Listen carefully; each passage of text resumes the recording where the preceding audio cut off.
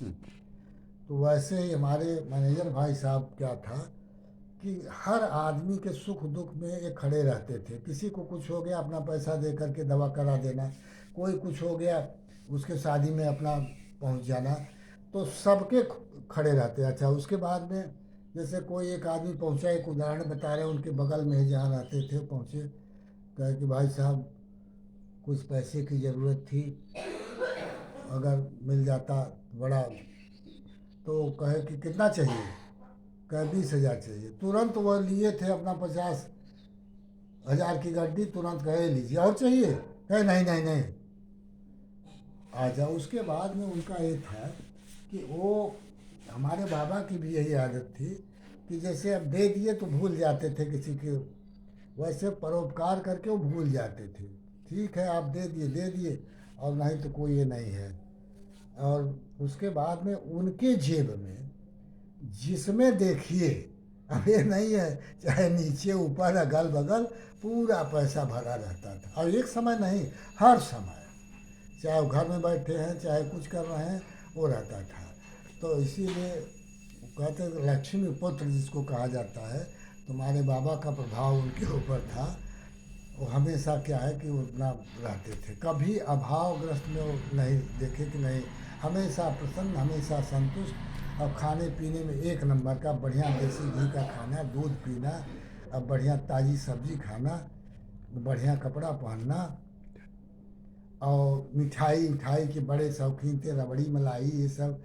और जहाँ अच्छी अच्छी मिठाई मिलती थी, जैसे वो बनारस की बंगाल मिष्ठान वाला है वहाँ से, और सब अच्छे अच्छे। और सारा जितना तीर्थ था, सारा तीर्थ कर लिए थे, तीर्थ चारों धाम कर लिए थे, हर जगह से अपना करके। वो सबसे बात ये था कि इतने इनके कैरियर में, बैंकिंग कैरियर में, एक भी कोई ये नहीं कह सका कि ये त्रुटि हुई है। निष्कलंक इनका सर्विस था। इसके लिए इनके जीएम एजीएम जितने थे सब तारीफ, भूल भूल तारीफ करते थे। और जब इनका फेयरवेल हो रहा था तो लगभग सबकी आंखों में आंसू था कि ऐसा ईमानदार ऑफिसर।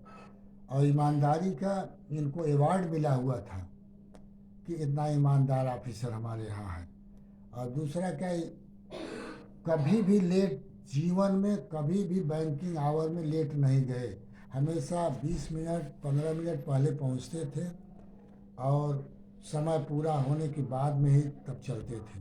और किसी को भी ये भी नहीं है कि 10 मिनट आप लेट आएंगे, 1 मिनट भी अगर लेट आते हैं तो बर्दाश्त नहीं करते थे। खुद अनुशासन में दूसरे को अनुशासन में रखते थे, इसीलिए इनकी बड़ी तारीफ होती थी। और फिर सचमुच में जो कहते थे मैं देव पुरुष हूँ, वो देव ही पुरुष थे। और उसके बाद में गौरांग चेहरा।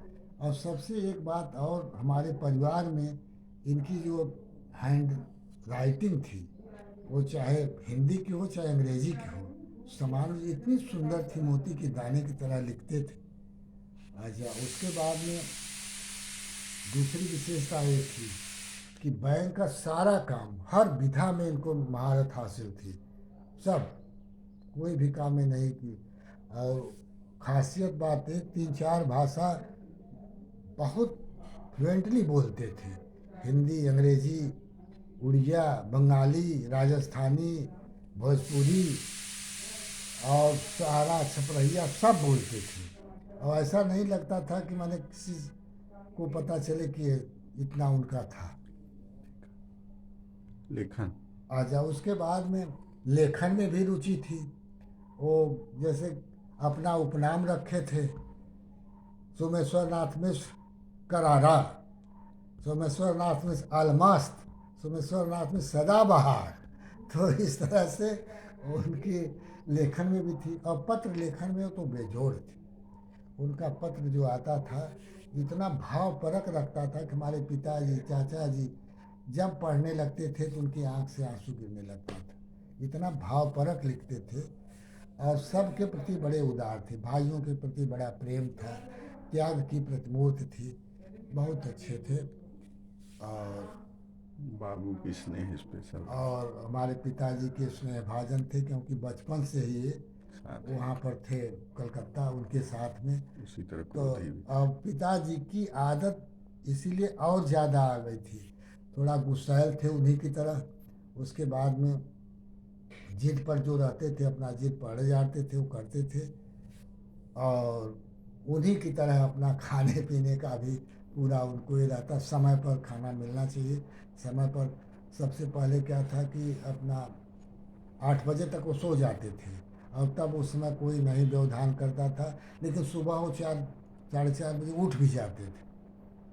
आलस्य नाम की तो चीज़ ही नहीं थी, इतना फुर्ती उनके अंदर थी कि कहीं कोई बात है तुरंत अपना तैयार रहते थे।